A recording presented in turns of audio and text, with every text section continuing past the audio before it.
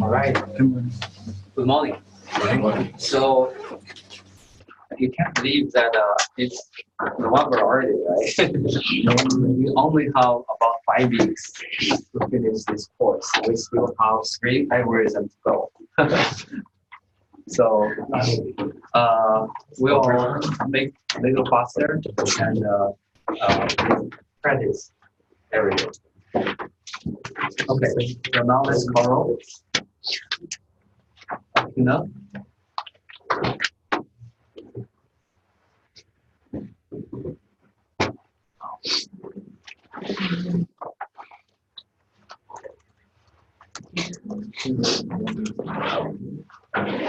So finish.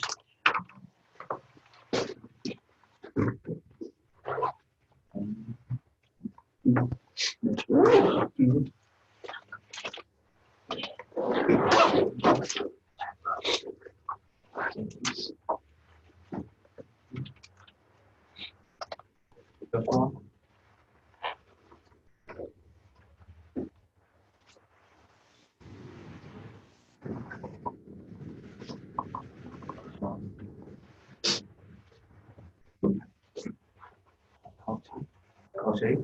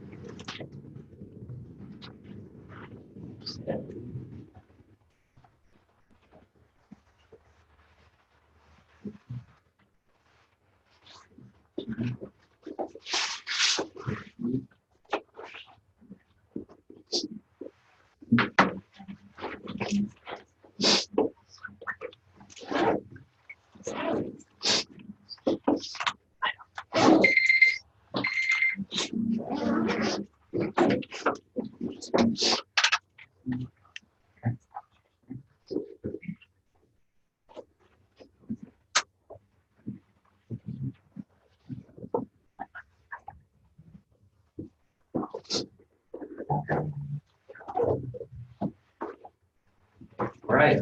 So far, we have finished all the supervised learning algorithms. So today we'll move on to unsupervised learning. Specifically, we'll focus on clustering. So clustering refers to the process of grouping a set of objects into classes of similar objects, such that examples within a cluster are very similar, and examples in different clusters are very different. So clustering is the most common form of unsupervised learning. So do you still remember the characteristic of unsupervised learning? So what does that mean? We don't give them answers. Okay, so we don't label the data, right? So basically, we learn from the raw data. Sometimes, labeling can be impossible. For example, we have a set of data like this. So since we are human beings, can you tell me how many clusters do we have in this case? So 3, right? So just based on the similarities, we can group the tuning examples into 3 groups. So this is the idea of clustering. So even though we don't know how to label it, right? Then we can group similar instances together to to have different clusters. So remember in the beginning of this lecture, I gave you an example of unsupervised learning. So imagine that we are attending a cocktail party. So cocktail party is kind of noisy, right? So we have 2 speakers, and we also have 2 microphones. So speaker 1 is speaking English, and both speakers are counting from 1 to 10. Speaker 1 is counting it in English, but speaker 2 uses Spanish. And speaker number 1 is closer to microphone number 1, but speaker 2 is a little far away from it. So that's the idea. Now let me show you.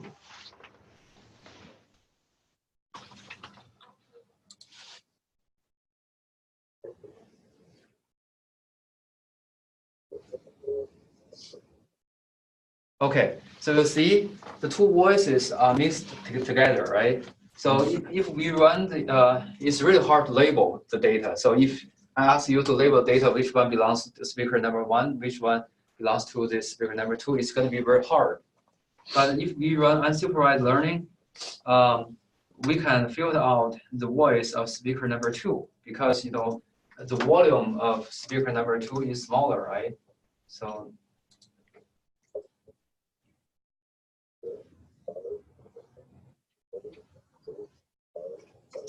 but for microphone number two, speaker two's voice is louder.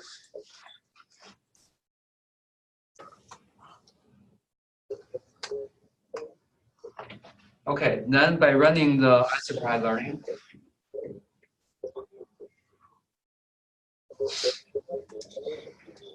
so this is the idea of unsupervised learning, right? So we don't label the data.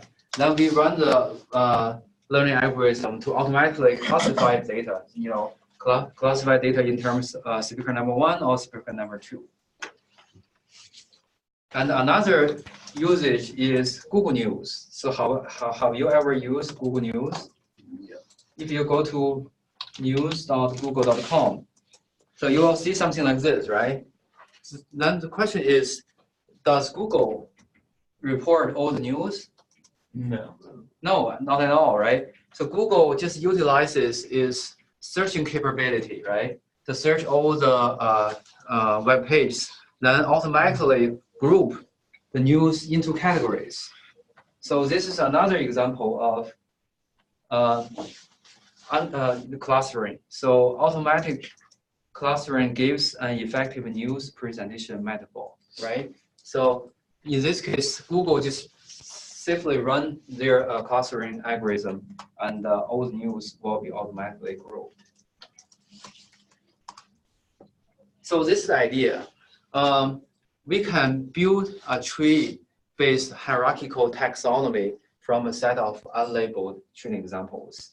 So initially we may have fish, reptile, amphibia, mammal, and so forth. Then we can group this data together to form the vertebrate, right? And on the other hand, if you have worm, insect, and so on and so forth, then you may group them into invertebrate. Then you will have to make further abstraction to put them together. These are animals. So the recursive, suppose we have a standard clustering algorithm. So recursive application of a standard clustering algorithm can produce a hierarchical clustering. Then, basically, we have two types of clustering algorithm. So the first type is called agglomerative clustering. So the idea is bottom up. Agglomerative clustering starts with individual instances. So each instance is in its own cluster. So if we have 100 instances, then we have 100 clusters in the beginning, right? Then the agglomerative method will just iteratively combine the instances to form larger and larger clusters. Eventually, we have a single cluster. So if we have bottom up, then we should also have top down. So top down is called divisive. So divisive clustering separates all examples immediately into clusters.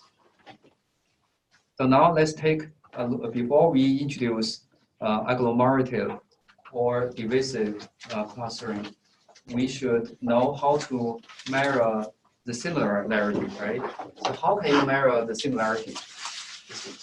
Distance. So then for distance, so far we have studied Euclidean distance. So we can use Euclidean distance. If you read research paper, if you see L2 norm, it refers to Euclidean distance. The reason is that we use the square.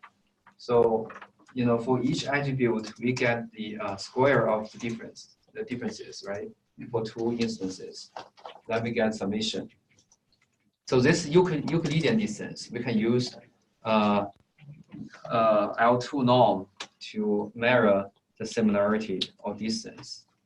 Okay, then if you read research paper, you may also see L1 norm. So L1 norm is the absolute difference on a specific attribute between two instances. So for two instances, x and y, on the attribute I, we can get the absolute difference between xi and yi. Then we get summation. So this is called L1 norm. So that's the third possibility. Actually, we have many different ways to measure the similarity. So the third commonly used method is called cosine similarity. So if you have two vectors, x and y, then the cosine similarity is measured by the dot product. So dot product is the element-wise multiplication, right? Mm-hmm. So that's element-wise multiplication. Then what does this mean? X plus y. So if I give you a vector, so what is this?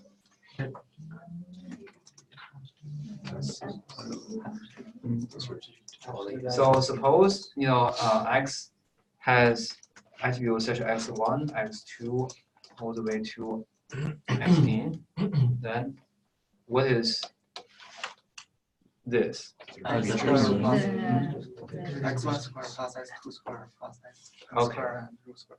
Very good. So it is sigma I equal to 1 to n xi squared.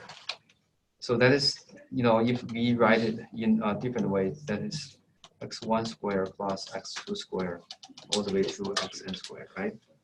Okay, so this is called the scale. So now let me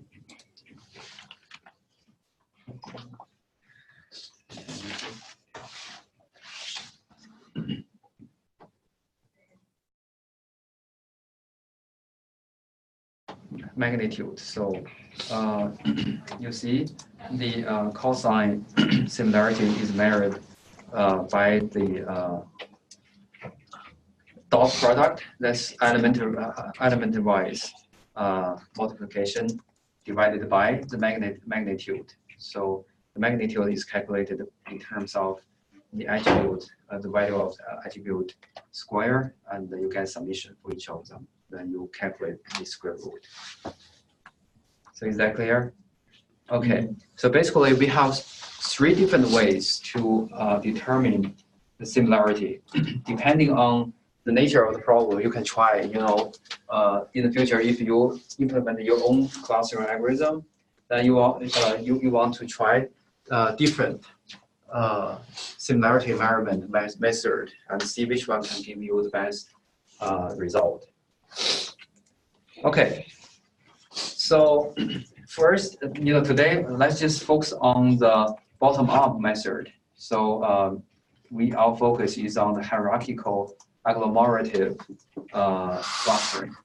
So in short, HAC. Then we assume that a similarity function for determining the similarity of two instances exists.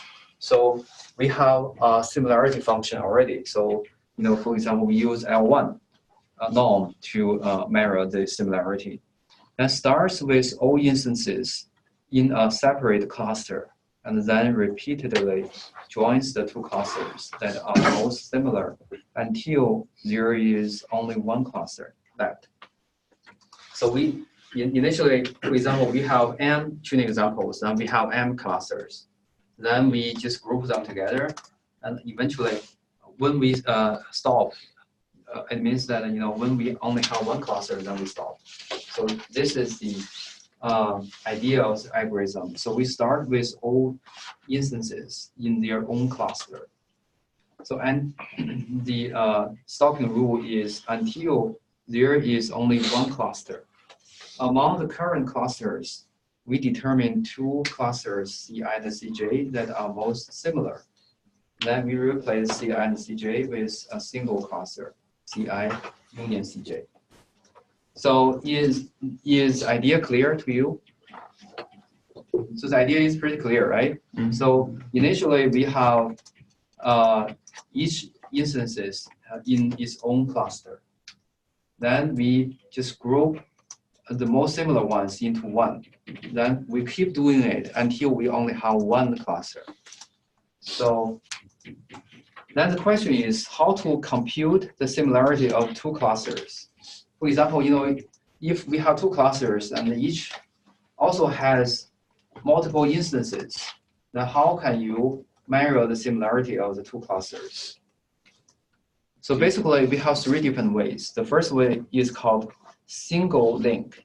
So single link means that suppose we have two clusters, X and A and B. So we have cluster A and B, right?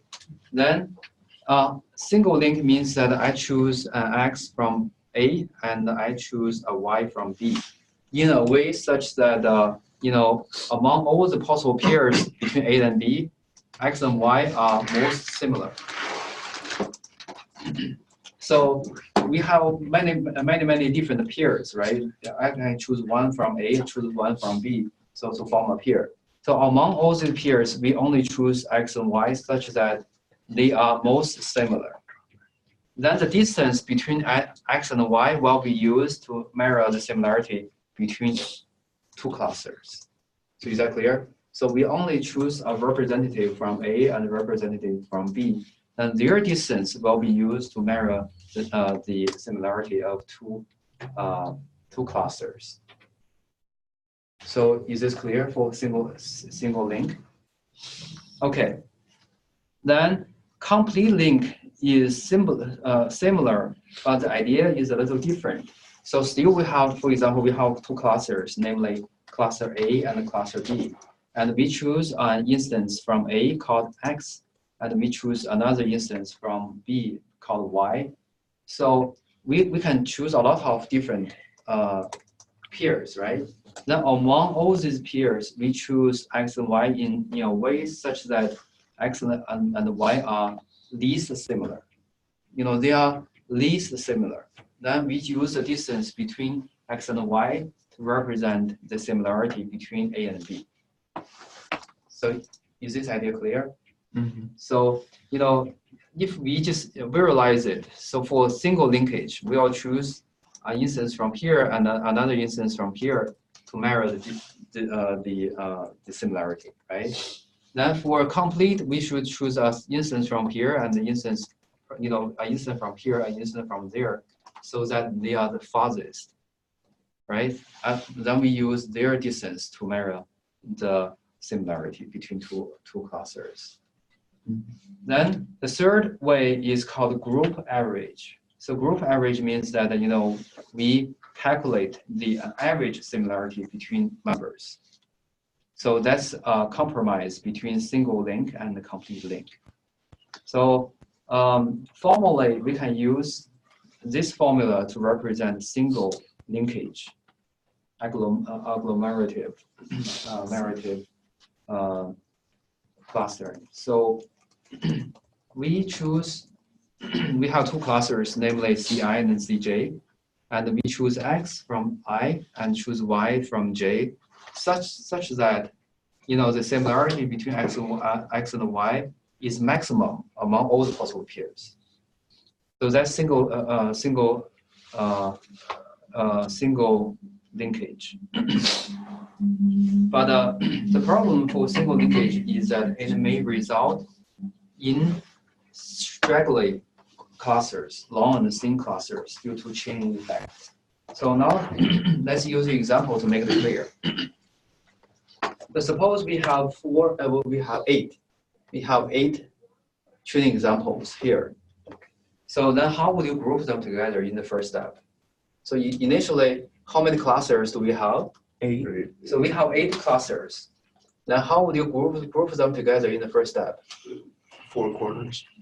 Okay, 4 corners. Because we measure, the similarity between 2 clusters. So initially we have 8 clusters, right? So then definitely, these 2 are shortest. Then we group them together.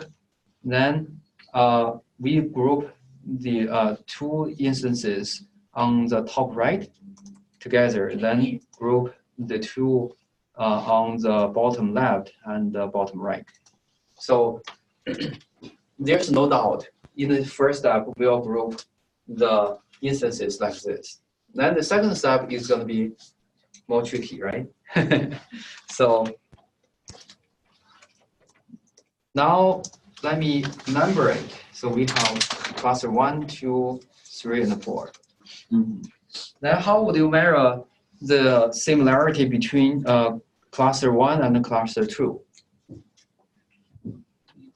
I guess you got to compute the distance between each point to the other and then choose the minimum one, right? Okay, very good. So, if we visualize this process, let me call this A1 and B1 and A2, B2. So then which 2 points you should choose to to represent the similarity between 2 clusters, B1 and A2, right? Because in order to measure the similarity, since we use single link, then we should choose the pair that is most similar, right? So then we choose these 2 to represent the similarity. Then in order to measure the similarity between 1 and 3, then how would you choose that? So let me call this A3, B3, A4, A4. So then how would you, which two examples you should choose to represent the similarity? Does it matter as long as they're the same letter? No, it doesn't matter. It doesn't matter. But there's Because they're the same distance. So it The looks same like- distance. So either A1, A3 or B1, B3, right? yeah. So you use this distance to represent the similarity. So how about 1, 4? B1 and A4. B1, A4. So you use this one to represent the similarity. Then which one is shortest? B1 to A2. B1, A2. So in that case, we cluster C1 and C2 together, right? Then similarly, then we should cluster 3 and 4 together. So this is the idea why we say single linkage may yield the long and thin clusters, right? So this is the idea. This is chaining effect. Then we put them together, we will have a single cluster. So is the idea for a single link clear now? Okay. Then for formally, we can represent the complete linkage in this way. So still we have 2 clusters, namely Ci and Cj, and we choose one instance from Ci, x, and we choose another instance from Cj called y. So we can choose a lot of such pairs. Then we choose a pair such that they are least similar, right? They are least similar among all the pairs. Complete linkage can do a better job because it can yield spherical clusters that are typically preferable. So now let's still use the same example. So initially, how many clusters do we have? Right. We have 8, right? So initially, we have 8 clusters. Then how would you group them together in the first step? Same as last time. So it should be the same as last time, right? Because we have 8 clusters. Then for this cluster and this cluster, the distance is shorter. So then we group them together. Okay. Now we have 4 clusters. Let me still call it 1, 2, 3, 4. Then I name it as A1, B1, A2, B2, B3, 3, A4, B4. Okay, so in order to measure the similarity between 1 and 2, so which 2 points you should use to measure the similarity? A1 and B2. A1 and B2. So, basically, let me use a different color. We use A1 and B2 to measure similarity. So the distance will be something like this, right? Mhm. Okay. Then how would you measure the similarity between 1 and 3? A1 A1 and B3. B3. So we use least similar ones, right? Now how would you measure the similarity between 1 and 4? A1, B4. A1 and B4. Okay. So in this case, which one, one should be merged with 3. 1 and 4. with 3 or 4? 3. You want to choose the minimum distance. Exactly. So don't get confused. So when we calculate similarity, we use least similar pairs, right? But when we try to form clusters, we should still choose the similar clusters. So then we should merge 1 with 3. So 1 and 3 will be merged together. So don't get confused. So when you try to calculate the similarity, you use the least similar pairs. But when you try to form once you get all the similarities, then you still choose the most similar ones to form the cluster. Now how about 2 and 4? They get clustered together. Yeah, so we cluster them together, then we'll form the complete cluster. So is the idea clear now? Okay, so now you can start to work on your homework assignment. Yes. So what is a typical threshold on distance when you wouldn't even consider it for clustering anymore? Actually, you don't really need threshold anymore. So you can only compare the value. So if you use L2 norm or L1 norm or cosine similarity, you will get different distances. Okay. So you don't need threshold. You only compare which one is shorter. Okay, but when do you know when to stop clustering? That's a good idea. So until you only have one. Once you only have one cluster, then you stop. Okay. So is that clear? So initially, the number of training examples form the same number of clusters. Then you start to merge them until you only have one cluster. Then you stop. So is that clear? Okay. So after merging cluster Ci and Cj, then the similarity of the resulting cluster to any other cluster Ck can be computed by this one. Actually, we have already used this rule, right? Mm-hmm. So we have merged Ci and Cj, and then we want to calculate the similarity of Ck. So basically, we calculate the similarity between Ci and Ck and Cj and Ck, right? So if we use single link, then we choose the most. We use one that represents more similar, right? Then for complete, we still calculate the similarity between Ci and Ck and Cj and Ck, and we use the one that represents less similar, right? So to add the similarity between Ci merged with Cj and Ck. Okay, so now let's run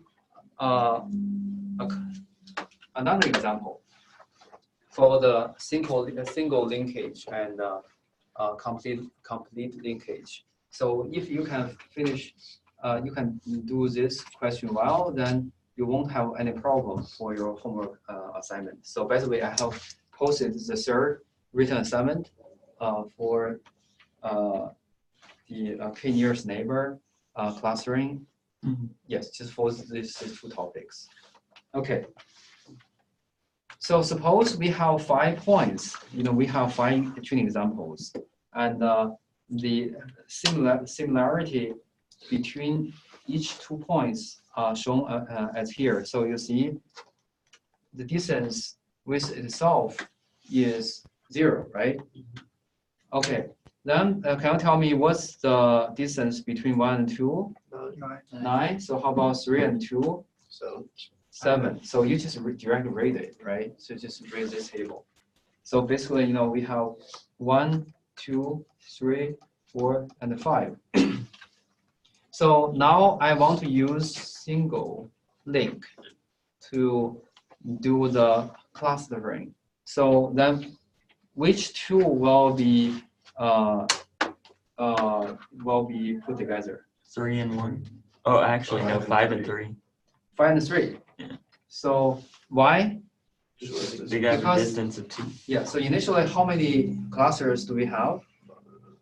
So we have 5 clusters, right? So then we know that 3 and 5 represent the shortest distance, right?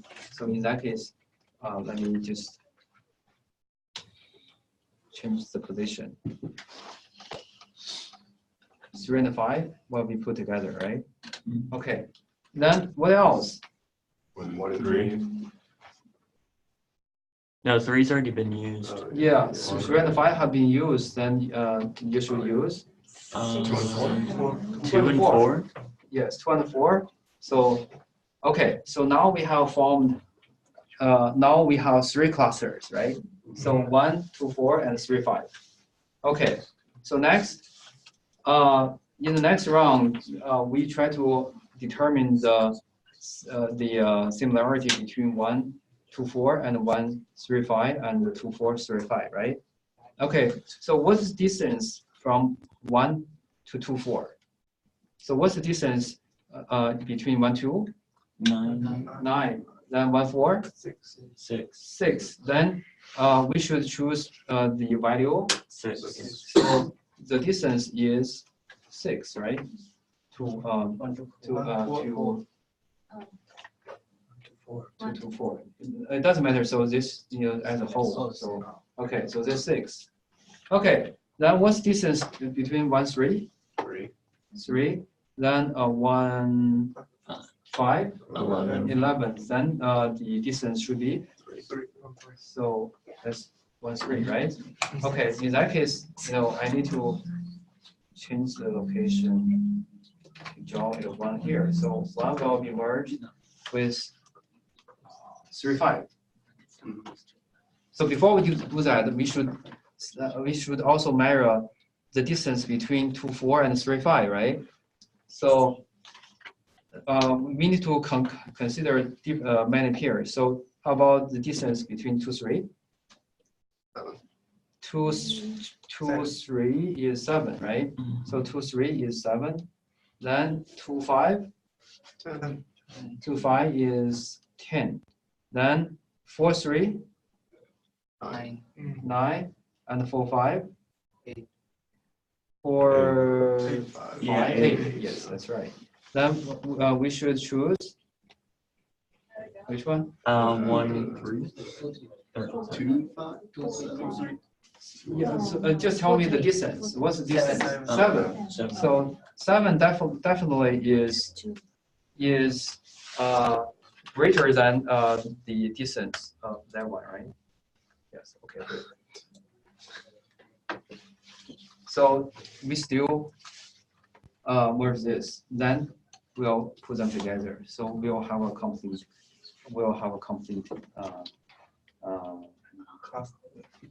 Cluster. So is that clear? Okay. This is single link. Okay. So now let's do with complete link.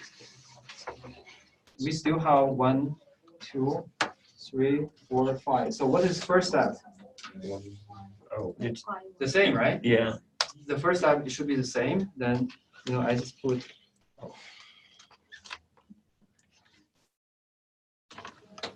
3, 5.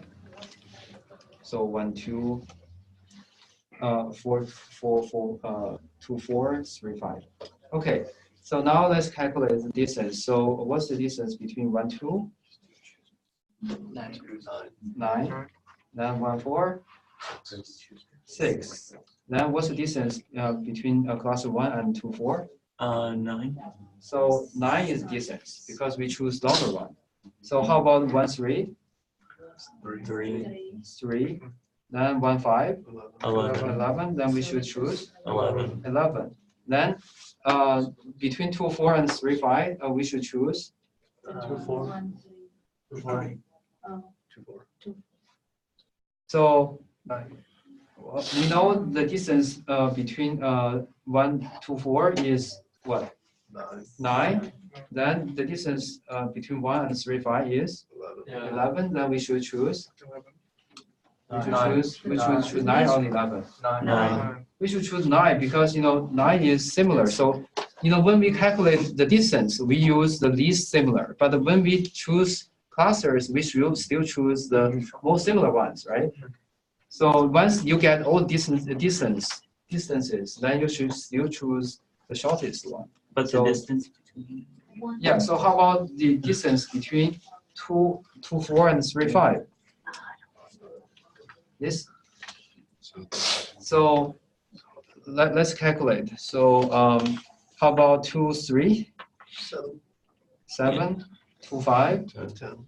10. Then 3, 4, 3. 7. Oh, sorry. 9. Then 4, 5. 8. So we should choose 10. 10. So we should change and should 10. So this distance is still longer than 9, right? So then we put them together, then we'll form a cluster like this. So then how many clusters eventually we have? That depends on how you put the cut. So if you put cut here, then oh no. So if you put the cut here, then how many clusters do we have? 2. 2. So we have 2 clusters. That is 1, 2, 4, and 3, 5. But if I cut, make the cut lower, then how many do you have? 3. You have 3. So that's 1. That's single instance, and 2, 4, and 3, 5. Right? So actually, there's no definite definition. Normally, we just make it simple, just cut from here. So we have 2 clusters. Okay, so do we have any questions for the complete linkage and the single linkage? Yes. But that the axis means the distance. Which one? Oh, you mean the axis? Yeah. Yeah. So yes, these are distances. Yes. All right. Then the last one is the group average agglomerative clustering. So basically, we want to get the average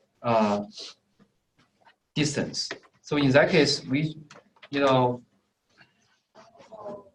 calculate all the possible pairs.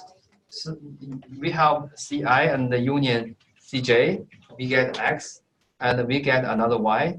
So from Ci and Cj, and Y and X are not the same. So we calculate the similarity. Then we add them together. Then we get the average. So how many such pairs do we have? How many possible pairs in Ci union Cj?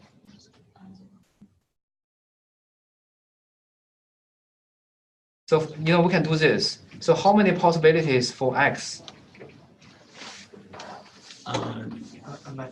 That is the number of Ci union Cj, right? Yeah. That's for the for X. for the possible number of x, that's the number of Ci union Cj. Now, what is the possible number of y? CI, Ci union Cj, what? If you have chosen x, then y can choose. Oh, y can't. Y not equal dx. to X. So y is not equal to x. So that is the number of Ci union Cj minus 1, right? So that's why, you know, the total number is Ci union Cj times Ci union Cj minus 1. Then you have this number of pairs, then you calculate all the distances, then you get the average. So average agglomerative clustering is a compromise between single and complete link. So average across all ordered pairs in the merged cluster instead of unordered pairs between two clusters. Okay, so basically this is the content of today's lectures. Do you have any questions? Then let's review what we studied. Basically, we have two ways to cluster data. Now, what are the two possible ways? Single link. In terms of Hack and HAC. agglomerative belongs to bottom up. Then we also have divisive, right? That's top down. Then for the agglomerative clustering, how can we measure the similarity between two clusters? Single, complete, and Average. yeah, group or average. Okay, so that's the idea. Do you have any questions? So if you don't have questions, let's briefly talk about our assignments. So for the assignment 2, I have posted a solution. So for the first one, for the first question, I'm so sorry I made a mistake in the first time. First time. So basically, this one.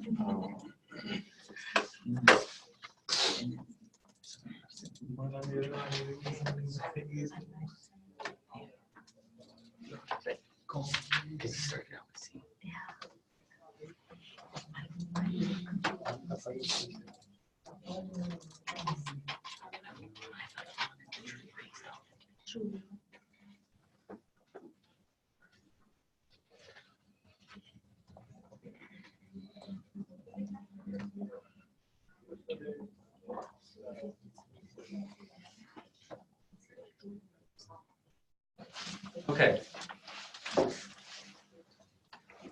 For this part, we can simplify it in terms of and not C what? Or not A, right? Okay. So now you see we have not A, not A. Then And it's both. yeah. So basically, you know, it's equivalent to not A union B and not C, right? Mm-hmm. Okay. So then, if you have simplified in this way, then it's going to be easy, right? So you will end up with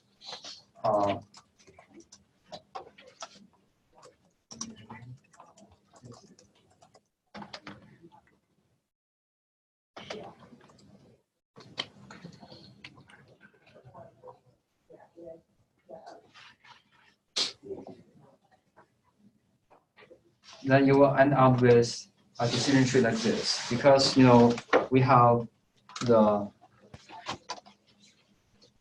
not A. So if A is 0, then not A is 1, right? So then we have already reached 1. So then if A is 1, then we will see the result of B and not C. So if B is 0, then it's 0. If B is 1, then we see the value of not C. So if C is 0, then it's 1, otherwise it's 0. So that's a tree like this.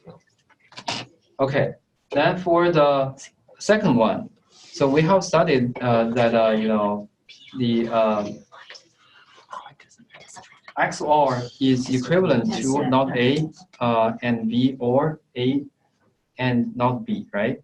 So a possible tree will be, this is, this is X or B. Then the original question is C and A X or B, right? So then we can draw the X or B, then we put C and. So if C is 0, then the entire thing is 0. If it's 1, then it depends on the evaluation of A, X, or B. Then for the decision tree, I have put all the computation steps. So basically, you will end up with a decision tree like this. So long is the root, then you use learning and Vegara and learning here to classify the tree. So practice. If you didn't make it right, then now you have a solution. You can compare each single step and practice by yourself. Okay, so do you have any questions for the discussion today? All right, so the third written assignment has been available, then you can start to work on them. And also try to finish the programming assignment 5 earlier. So it's due on Thursday. Yeah, November 7th.